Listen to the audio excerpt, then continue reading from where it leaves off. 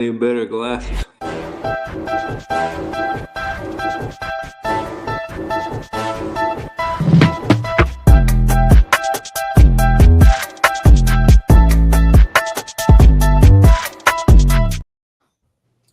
Hello, everybody. Welcome. It's Thursday at 4 o'clock. So guess what we're going to do? We're going to talk about lacrosse. Wait a second. We're going to talk about more than just lacrosse. We're going to talk about the health and safety of athletes. And we're with a fine group of people here whose, I guess you could say, their prerogative is to help athletes. And they've spent a lot of time working on how to do that.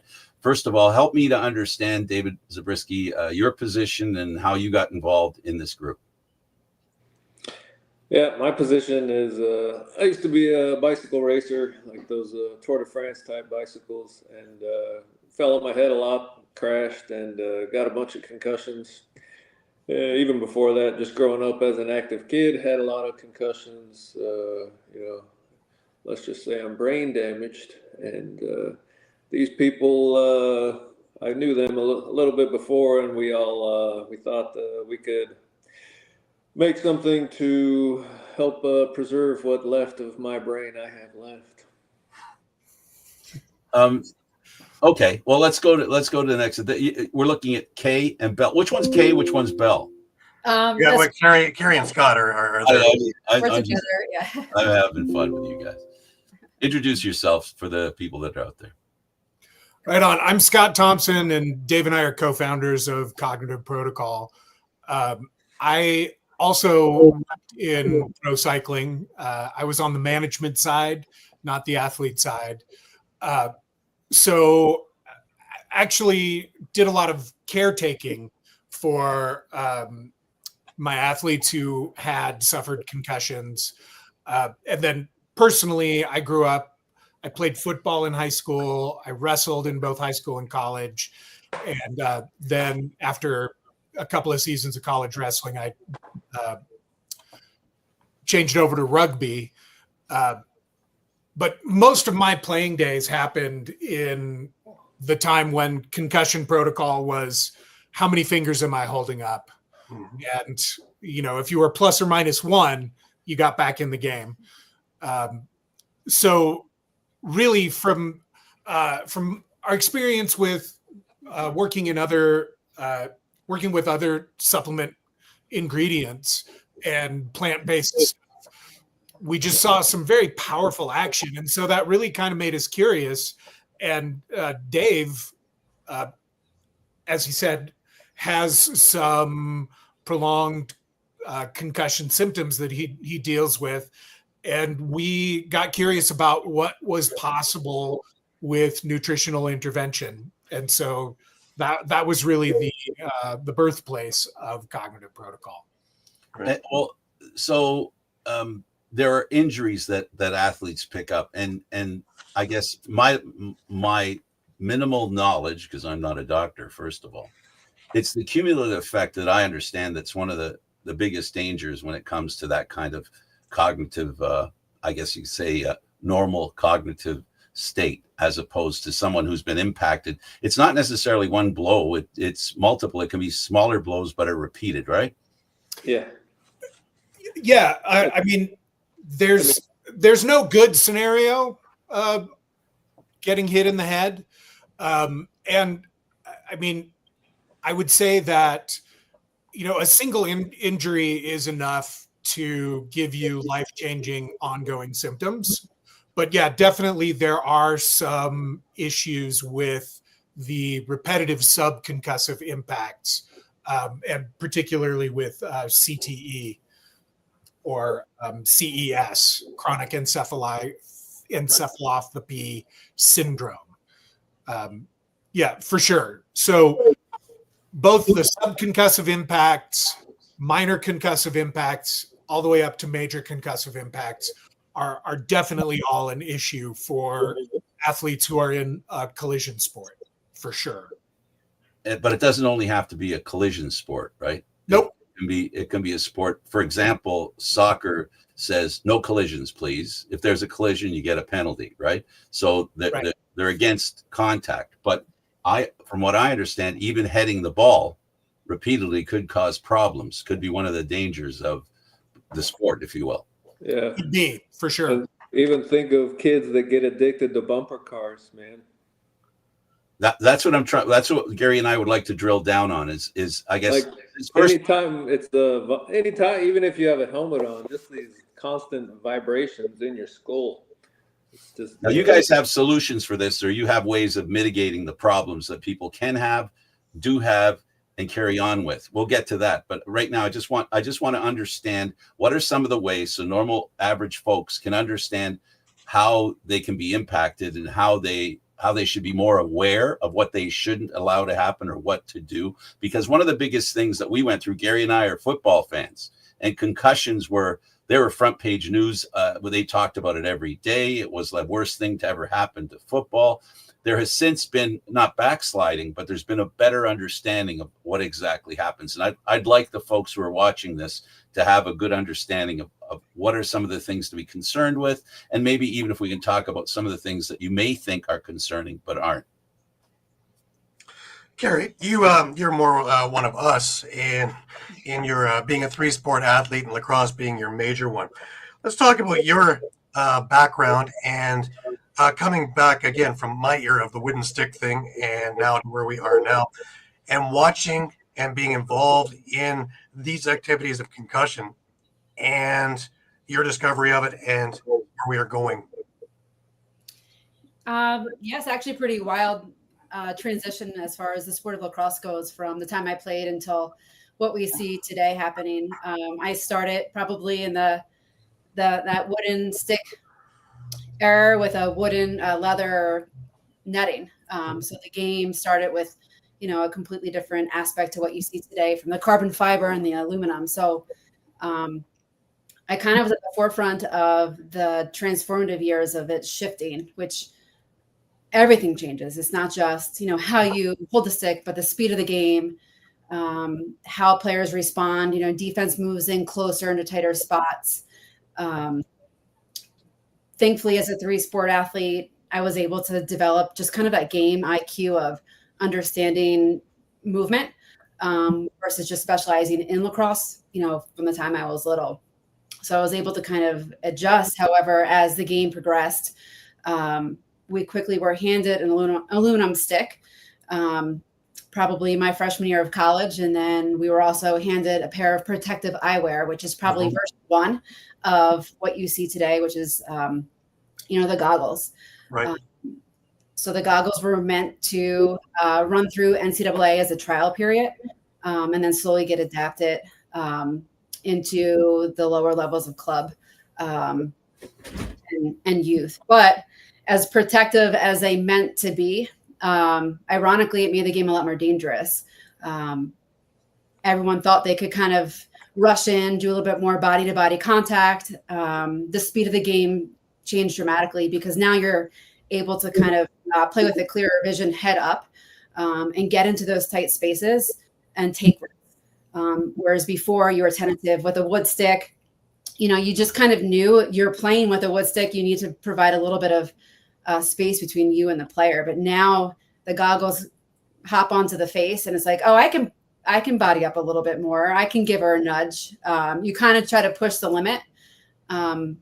Just as the inner athlete in you is how far can I push to gain some sort of advantage out here. So yeah, it's been wild. It's not the only sport to evolve, obviously, but women's lacrosse is probably the most transformative out there, just from the stick to the goggles to now we have a pro level league to play in.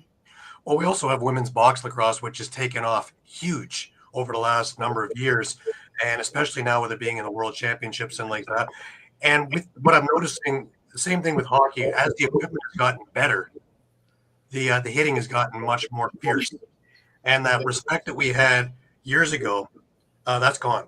Because now you figure you're in suits of armor, which is a lot with what Dave is talking about, with our heads being bounced around all over the place. And even though body-wise we're protected, they haven't spent a lot of time worrying about our cognitive ability after the fact. Exactly. And the women's game is now transitioned to feel more like the men's game when you change the playing field. So when you go from 12 on a field to 6 or indoor to outdoor, that level of intensity and the level of speed also dramatically changes. And now the women, because of the stick changes, are really position specific, with the offset heads, the tighter stringing, lighter stringing. You can shoot like the guys used to shoot. You can do a jump shot.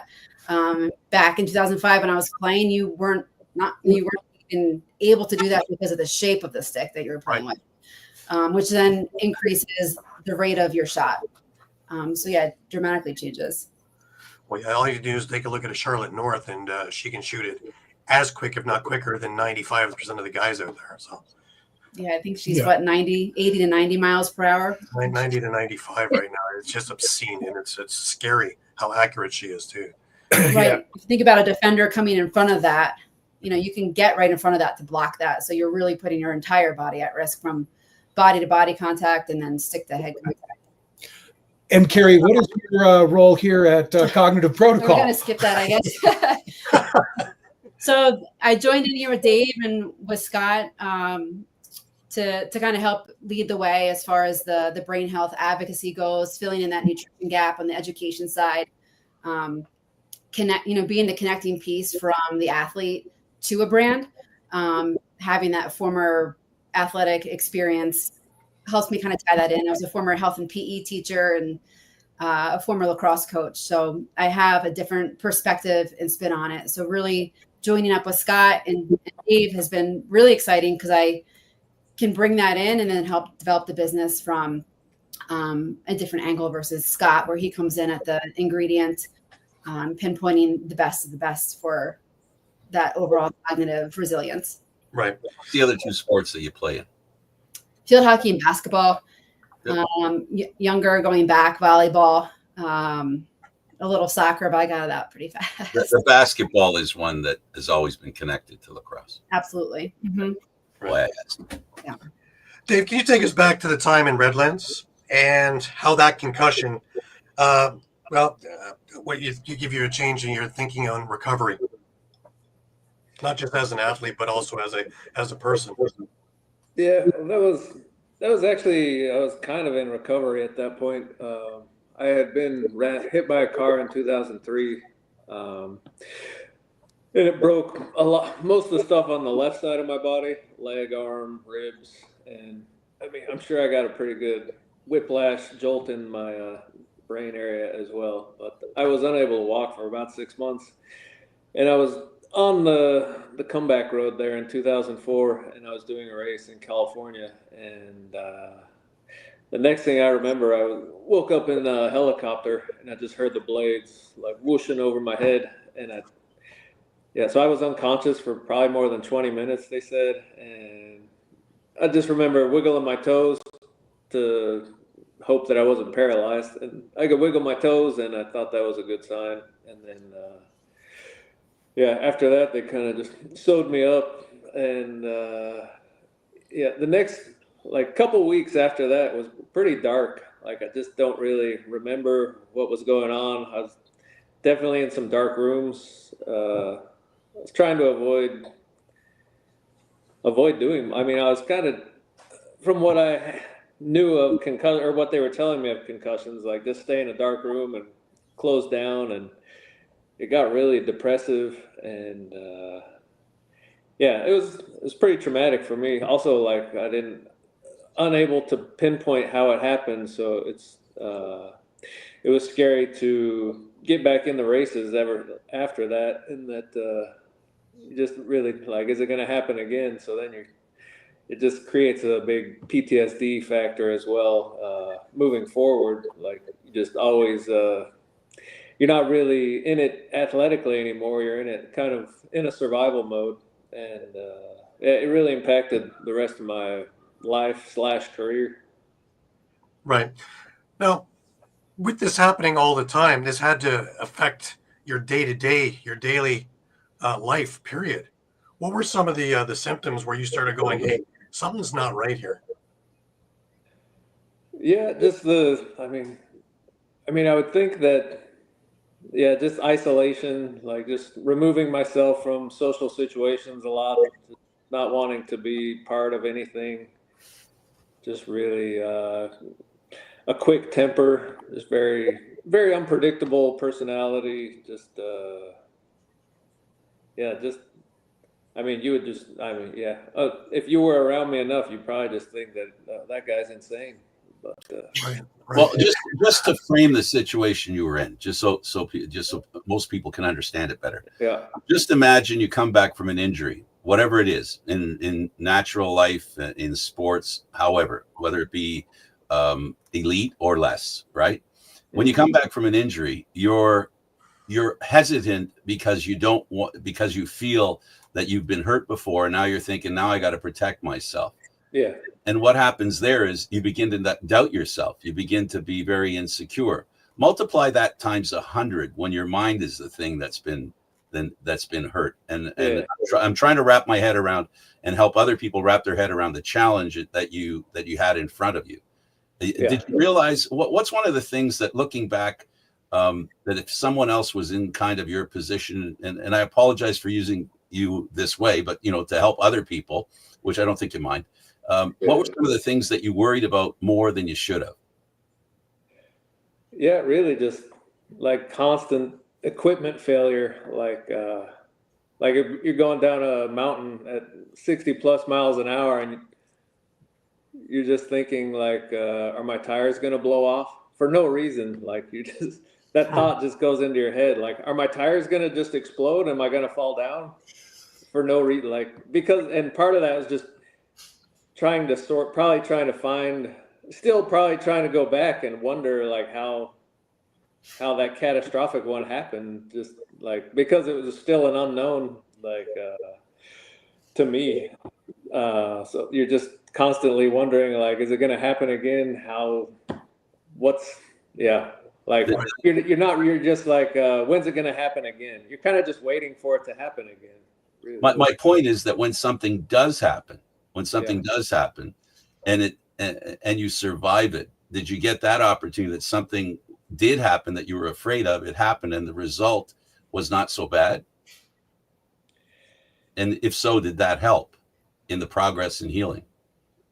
Yeah, not necessarily for me, because I mean the cycling races are so violent and intense. Like, I couldn't really relax in the races and be athletic. It was just a constant source of stress for me.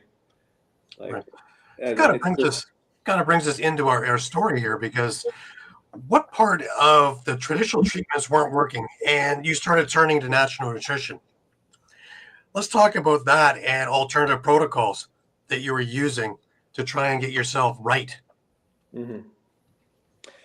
Yeah, I mean, you try to tinker with your diet. Like, I went vegan for a year, then I went paleo. Like, tried to do a lot of saunas, try to exercise, all the things you could think of, anything and everything, just to try to normalize and be whatever you thought your old self was. And then, Right. You meet up with Scott, and you guys come together with this idea of cognitive protocol. Scott, talk to us a little bit about the first step, developing cognitive protocol and all the things that went into it, and talking with Dave and both of your experiences. Yeah. Well, so the first step for us was looking at the kind of symptoms that Dave was dealing with, and looking at, I mean, we immediately identified these as pretty common symptoms that folks with prolonged concussion symptoms experience. And then we immediately started looking into the clinical data, and really just exploring what kind of nutritional intervention could be impactful, what ingredients we could find that had some sort of clinical data, so we could at least have the science inform our decisions to the extent that it was able to. And what I mean by that is, clinical trials with concussion and head injury are fundamentally difficult because it's just not ethical to give people a concussion to study what happens to them. So we wind up using a lot of small scale studies that, like, there were a couple with soldiers with blast proximity concussions, and then testing an intervention versus a placebo, things like that. So very small scale, but and then a lot of animal model testing, which absolutely we don't do any animal testing, but a lot of animal testing in clinical trials exists. So we use that information to evaluate potential ingredient.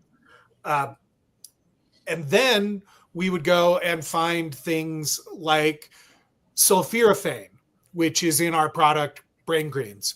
Now that comes from broccoli, Brussels sprouts, things like that. And it turns out that it's an incredibly powerful antioxidant and has some really meaningful impact on what's going on inside your body when you are doing your best to recover from a concussion. And from there, we added spirulina, which is a blue-green algae, also has some really amazing cognitive action and brain health action. And then a version of vitamin B1 thiamine called benfotiamine, which is a fat-soluble version. So it's significantly more absorbable than traditional thiamine. And thiamine is just the benfotiamine is a game changer for folks who are concerned about their brain health. And so then we identify these ingredients, and then we go to the ingredient suppliers and our contract manufacturer, who both have chief science officers on staff. And then I start working with those chief science officers to really dial in the formulation, have them double check my work, make sure that, yes, this looks like a good combination based on the clinicals. This looks like it will be effective. And so then we move into a pre-production sample. Pre-production sample goes to Dave, goes to our team of research and development athletes, and we get feedback on, how does it taste? What kind of effect do you experience from this? And like Dave immediately had feedback from us. Dave, what were your initial experiences with the Brain Greens formula?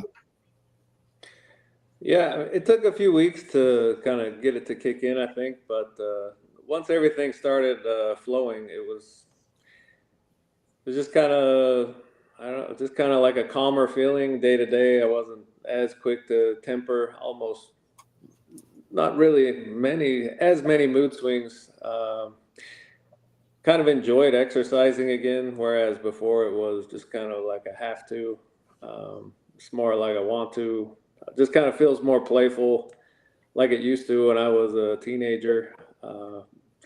Yeah, for instance, like it's hard to really kind of put your finger on all of it, but like I just took my younger son to national championships and was gone on the road for a week.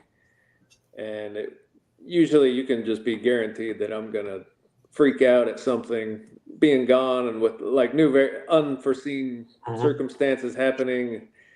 And like I got back home last night and I mean, I didn't really realize it till I realized it, but like, wow, I held it together. Right. Yeah. Absolutely.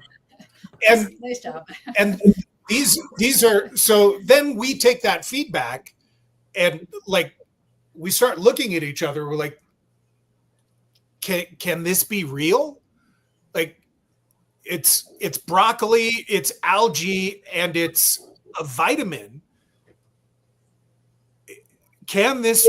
Are these results real? And so I think a lot of our process was learning to trust the results that we were seeing and learning to trust the feedback that we were getting from our athletes and from folks who had concussion. Kari, like the story with the lacrosse goalie. Oh yes. The goalie, this was her maybe fourth concussion. As you know, as that position, you have multiple avenues to receive the concussion, whether it's body to the pole or body to body or stick to or the ball.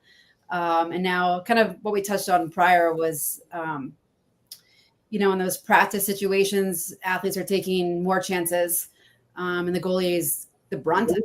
Although she's fully geared up, she's getting a lot of off-kilter shots. She got knocked in the head pretty bad with one of them in practice, and we got her the protocol probably within next day. We overnighted it.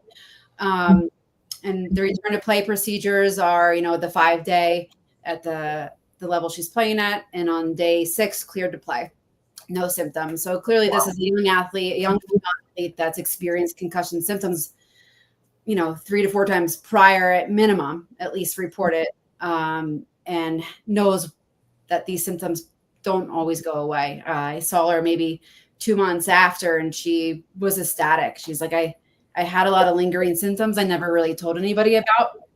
And she told them to me, and she goes, and they're all gone. And she's like, being in that position, you need a really fast reaction time.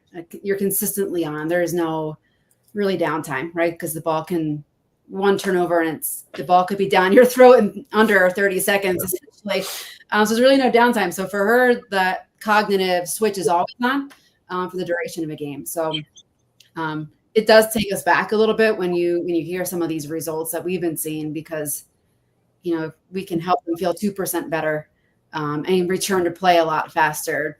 That's the hope. That's the expectation, that we can assist with that. Right. So Scott, your omega supplement uses cauliflower instead of fish oil. Now, fish oil has been something that's been put down our throats for years. That's the thing that's going to. First of all, how did you figure out that the cauliflower is going to be better? And the testing that would give you a more sustainable and effective idea with it?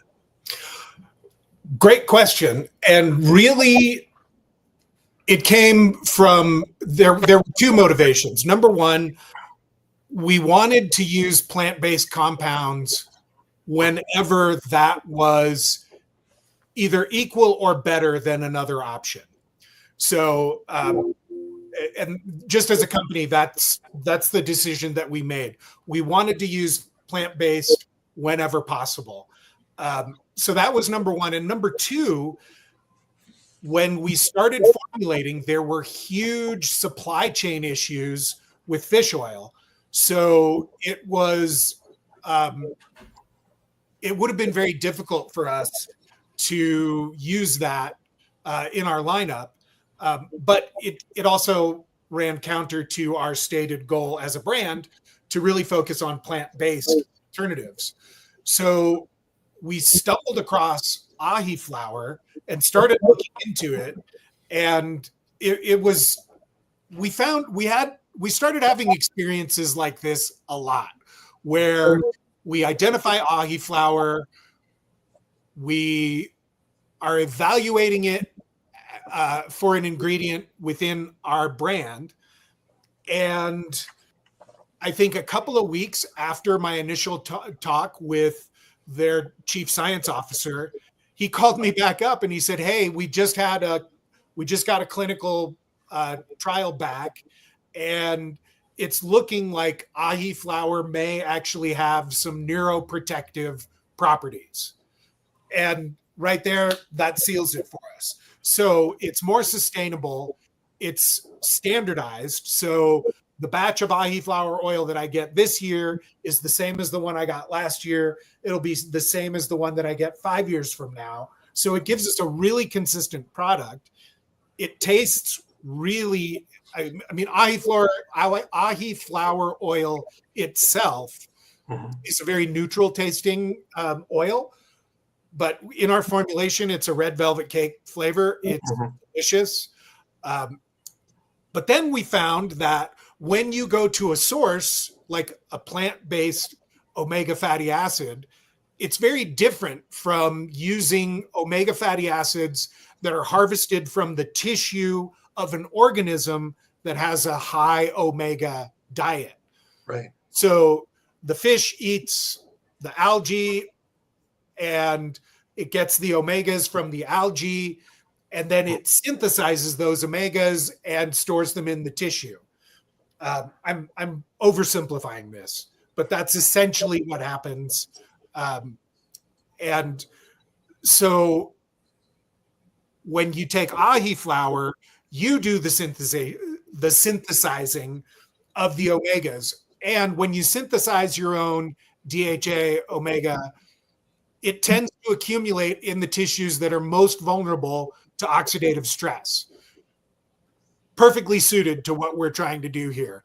Then additionally, we added astaryl astaxanthin, which is a carotenoid, very powerful antioxidant. So that helps protect the ahi flour oil while it's in storage, while it's waiting for you to take it. It buffers the omega fatty acids from oxidation. The other thing that it does is it's really good at buffering for delayed onset muscle soreness. So just great for athletes in general. And with those very powerful carotenoids and antioxidants, it does wonders for your cognitive health as well. So it was a no-brainer for us to combine those two.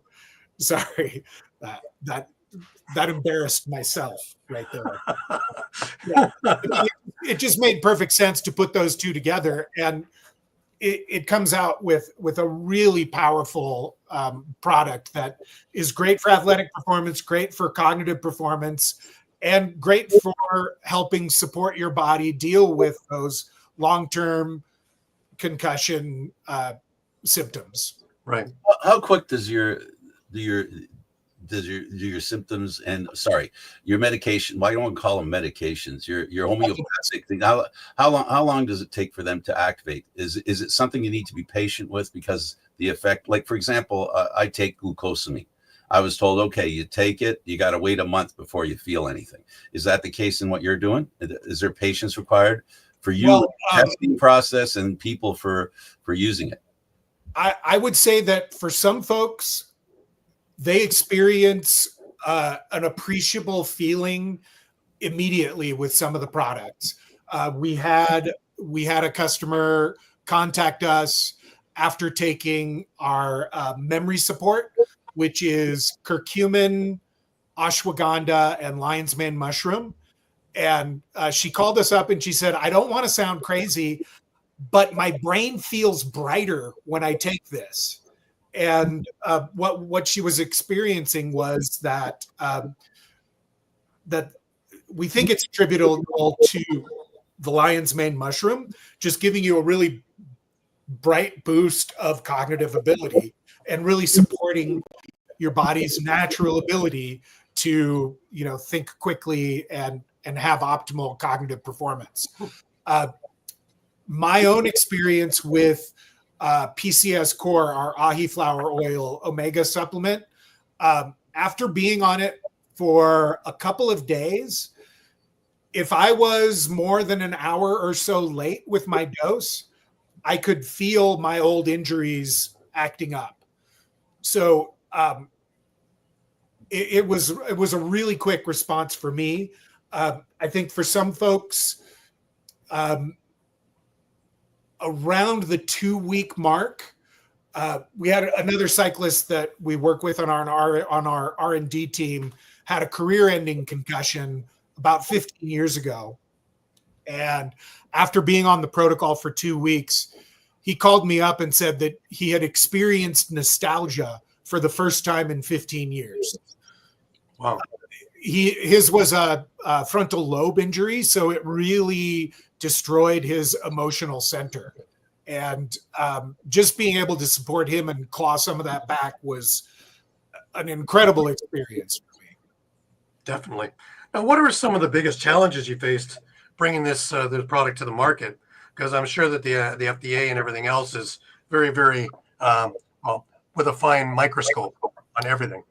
Absolutely. And, we've been very experienced dealing with FDA regulations from some of our other brands. So it was really, that was really in our wheelhouse. So we knew how to navigate that. We knew how to manage that. I would say, as I mentioned before, one of the big challenges was actually getting comfortable believing the results that we were seeing. Mm-hmm. That was a really big one for me. And then it is really complex. The formulations, the way that they work, what they do, it's a lot to understand. And, folks that are dealing with brain injuries, sitting there and reading through a bunch of stuff on a website is not really the best way to take care of your brain. Absolutely. Yep. Now, have you encountered a lot of misconceptions about concussion care? Because we've grown up with all these silly ideas of what to do and how to do it, and this will fix you, right? No problem. And take a lap, take a knee, sit down, be in the dark.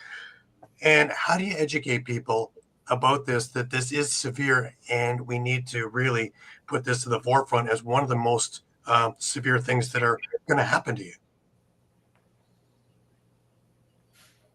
Scott, why don't we start with you? All right. I think one of the big misconceptions is if you get a concussion, you can't go to sleep. So it's critical that you stay awake. You Right. can't sleep if you have a concussion. I think that's one of those pieces of general knowledge that a lot of people wind up having throughout their life. And it is absolutely untrue. Right. Certainly with a head impact, there are concerns about internal brain bleeds. And so absolutely seek medical attention.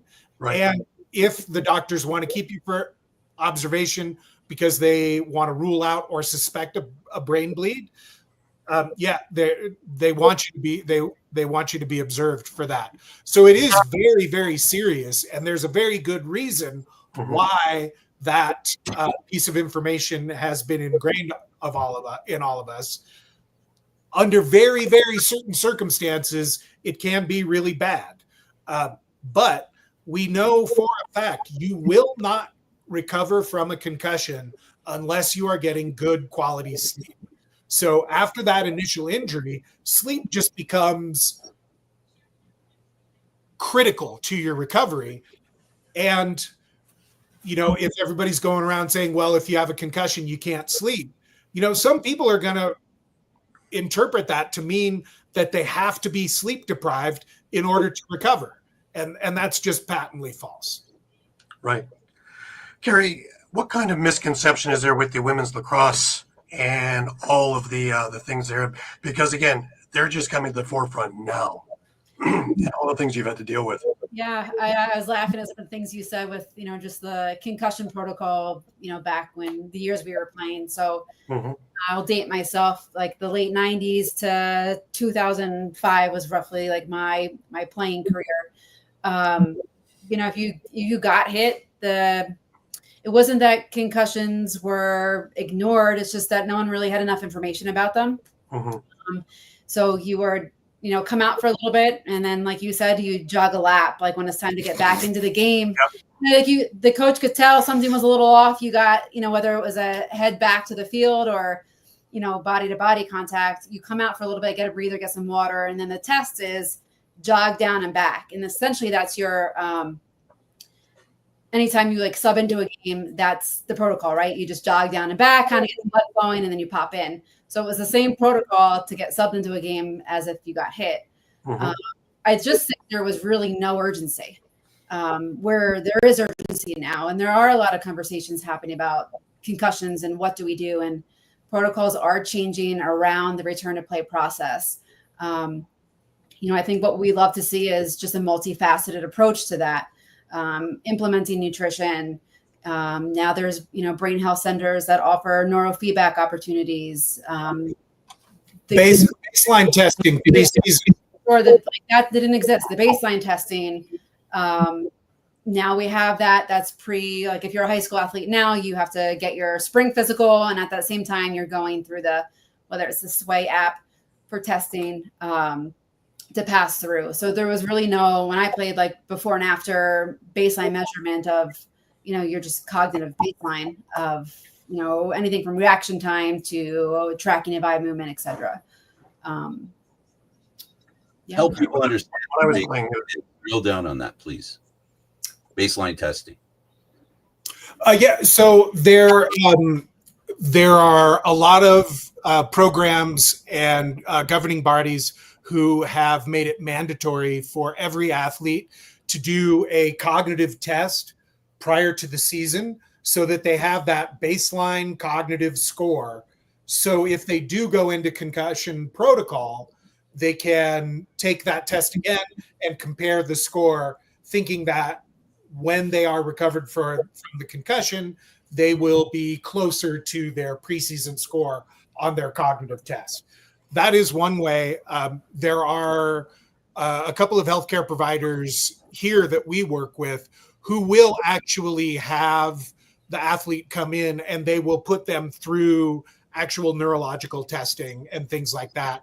So you can get a more advanced baseline that isn't, just doing a cognitive test, answering questions.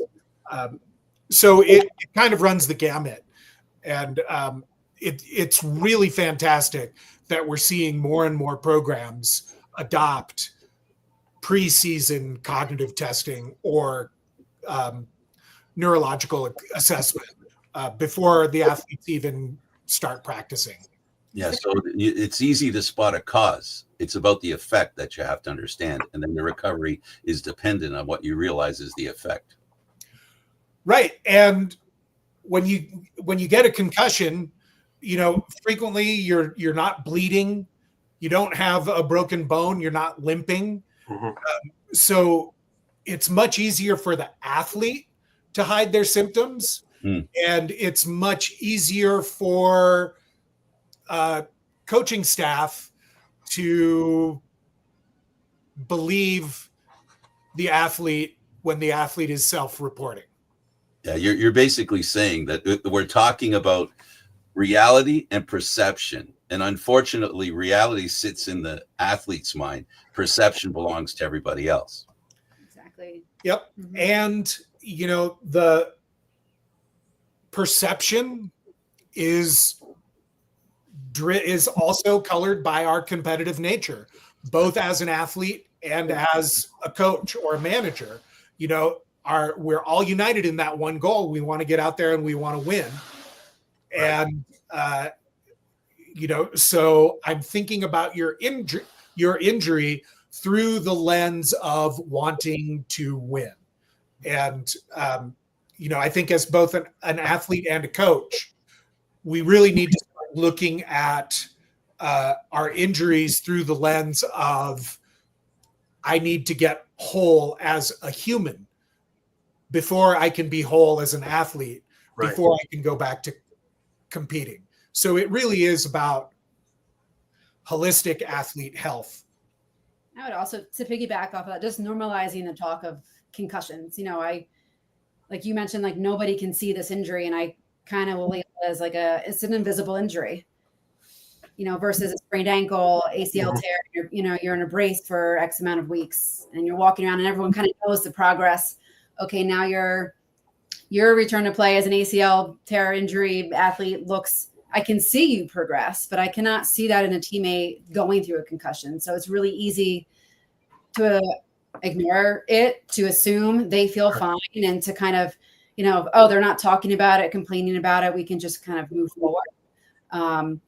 So really having more check-ins and normalizing those conversations, from the youth level all the way through the pro level, is just having that transparency and those check-ins. They've been dealing with some issues, and a lot of times if they're hiding some of these it could be like light sensitivity, but they don't want anyone to know they're seeing flashes of light. Somebody might think it's off, or they want to go back to playing. Just being up front and checking in with like that mood feeling, like how are you feeling, and integrating more of that well-rounded approach. like a sprained ankle, when you rehab that back in, the same thing for a brain. So beginning to do neck strengthening exercises, just really encompassing the whole gamut of that multifaceted approach. Right. David, you spoke about this a little bit, about, you know, the moment that you realized there was something wrong, the moment you felt you needed to do something.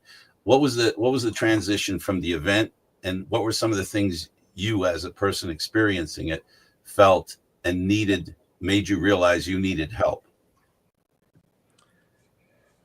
Yeah, I don't think it's any one moment. It's just kind of, I'd say one of the bigger moments was when I did this race across America in 2014.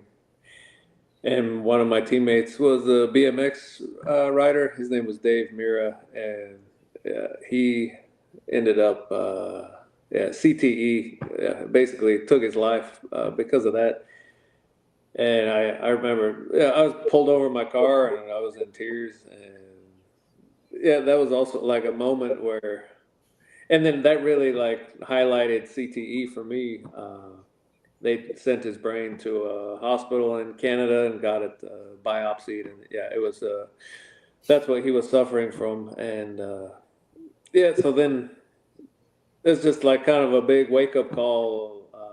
Well, hey, I've had a lot of head trauma myself, and looking what we went through just going across America, like his mood swings, and then just looking at myself a little bit more deeply. It was just really, I wanted to try to do something instead of just, as Scott calls it, being a passenger in life.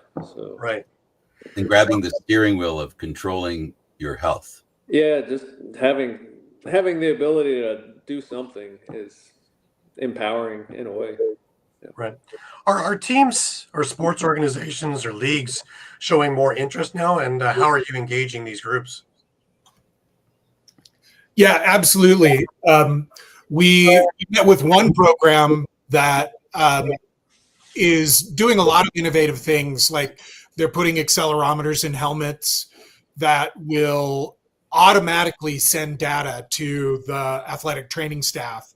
So without any notification from the athlete or the coach, the training staff gets a notification when one of the accelerometers receives a hit.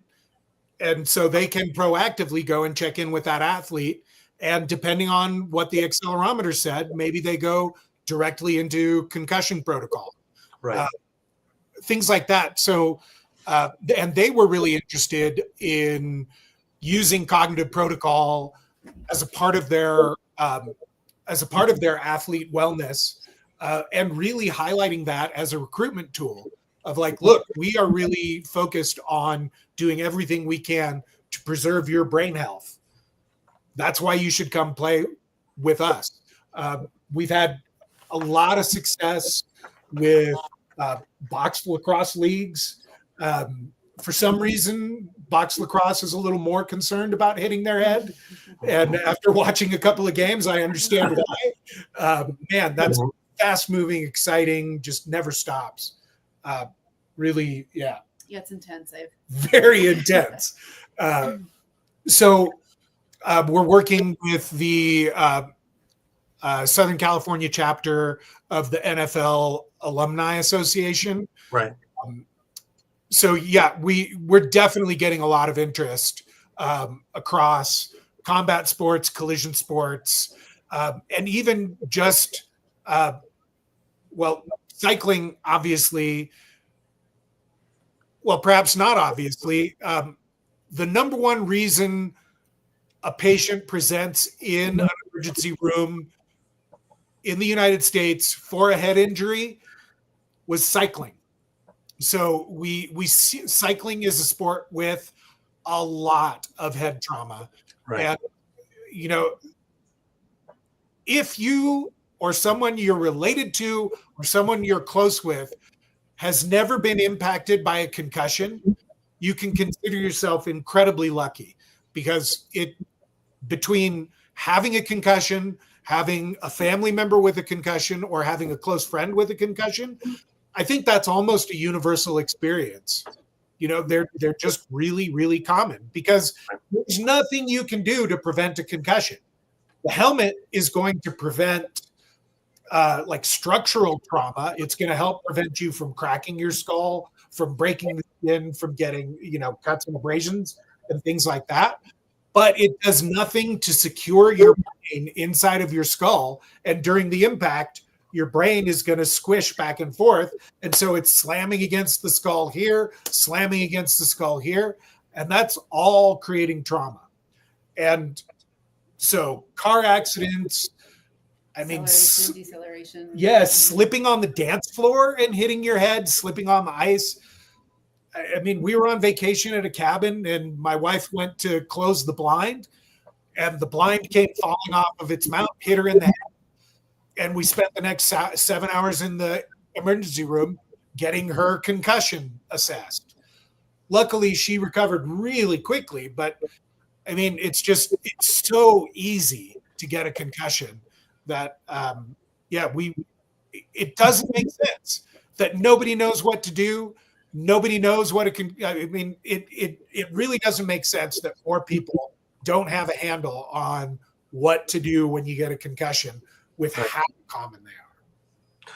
Now, where do people go to find your product?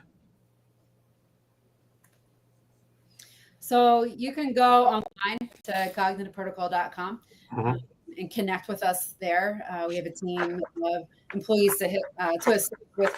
So we have different bundles depending on what you're going through. So, you could have had a concussion 20 years ago and looking for support. You could be an athlete just looking to kind of get ahead of daily nutrition. So we can help connect you there. But we have different bundles for different things you're looking to kind of improve upon on the brain health aspect.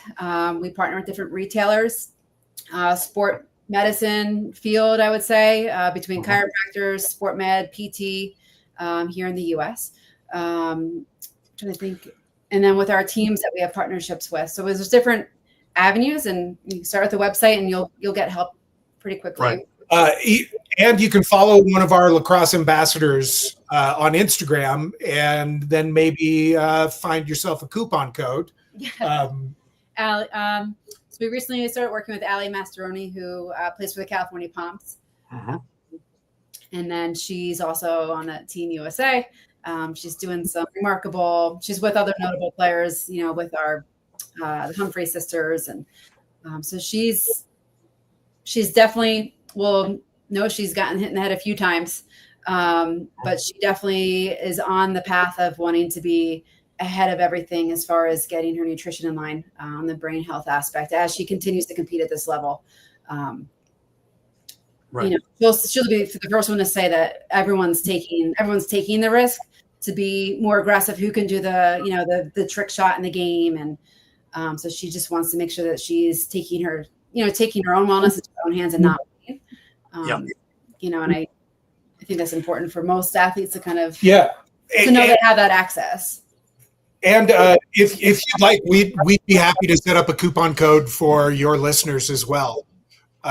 So if you're interested in that, just let us know, and we'll get that created and get that to you pretty quickly. Sounds great. Now, how do you envision changing the broader conversation around concussions, cognitive wellness, all through Cognitive Protocol? So with Allie and some of the other ambassadors that we have, we're looking to create, a brain health advocacy team. And with that, also loops in, we've got Dave, we have a former NHL hockey player. So really just looking at sports, high impact sports across the board, and looking for those that are wanting to kind of trailblaze and bring the conversations forward, from alumni all the way down to youth, being proactive and not waiting. I think a lot of times when you look at the sport of lacrosse, it evolves, especially the women's game, it evolves so quickly. There's like gaps, right? Like equipment changed, and then the play is adjusting, and then now there's recovery that we should be paying attention to, where before in the past it was just how conditioned you can be, how in shape can you be, how fast can you run the 50, how are you lifting, are you integrating all the strength aspect to it, not so much the recovery and nutrition side. So we have to keep kind of building that bridge to connect the gap with the nutrition and then the wellness. Yeah, and I really think that another big thing that will change the conversation is hope. You know, as Dave mentioned, one of the worst things about concussion as an injury is it makes you a passenger in your own recovery.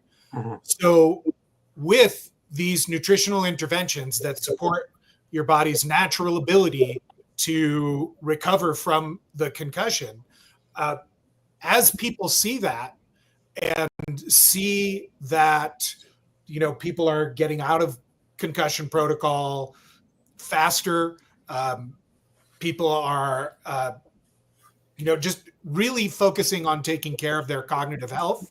Right. Knowing that there is something that you can do to help your recovery might incentivize some people to be more honest about their symptoms. Right. Because right now with concussion, there's nothing you can do. So, I mean, it's the worst prognosis for an athlete of like, okay, I have a concussion. Well, you can't play until you're better. Okay, well, how do I get better? We don't know. We just have to wait. Yep. I mean, That's that two-edged sword, right? Yeah, exactly. You can't see the healing, but you can't express it either. Right. So knowing that this is going to get you back on the field, potentially it may help support you getting back on the field faster. Maybe people will be more open to honestly talking about their concussion status and their brain health as an athlete. Let alone long term, whereas this can be curbed as opposed to letting it get to the point where you can't leave and you can't get any help and everything closes in on you. So you can actually live a normal life down the road as well. Yep, indeed. Well, guys, I really want to thank you. I've learned a ton in this last hour, and I really hope that everybody else has learned some and will jump on the bandwagon here, because it really is is something that we all need to pay a lot of attention to. From the years of, you know, when I was in there and you got your bell rung, get back in there. Yep. You really paying attention to it first and foremost. And I really appreciate all the hard work you guys have done and all the research and all the effort in getting it out to get all of us better. You're welcome. Yeah, absolutely. I mean, Thank you for having us. This was awesome. This was great. So thank you so much for having us. We really appreciate the opportunity. But you can't go till you say the website again. Give us the website again. CognitiveProtocol.com. CognitiveProtocol.com. I got it. I got it. All right. Thanks for doing this, guys. Dave Zabriskie, Scott Thomson, and Kari Bell, of course, Gary Groob, and myself. Thank you for watching NLL Lacrosse Talk. We'll see you again next time, Thursdays at 4 p.m. And for me, this was very educational as well. Thanks for doing this. Thank you so much. You got it. You got it.